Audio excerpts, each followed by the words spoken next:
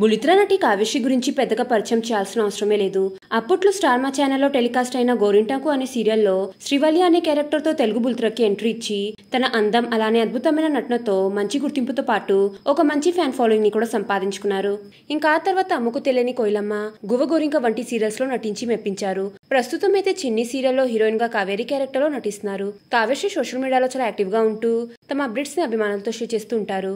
అయితే కావ్యశ్రీ త్వరలోనే ఒక కొత్త సీరియల్ తో మన ముందుకి రాబోతున్నారు. ఆ సీరియల్ ఈటీవీ ఛానల్లో త్వరలోనే టెలికాస్ట్ కాబోతుంది. ఆ సీరియల్ పేరు జీవాన తరంగాలు. ఈ సీరియల్లో కావ్యశ్రీతో పాటు సుష్మా కిరణ్ కూడా నటిస్తున్నారు. కావ్యశ్రీ, సుష్మా కిరణ్ ఇద్దరు కలిసి స్టార్ మా ఛానల్లో ప్రసారం అవుతున్న చిన్ని సీరియల్లో కూడా నటిస్తున్నారు.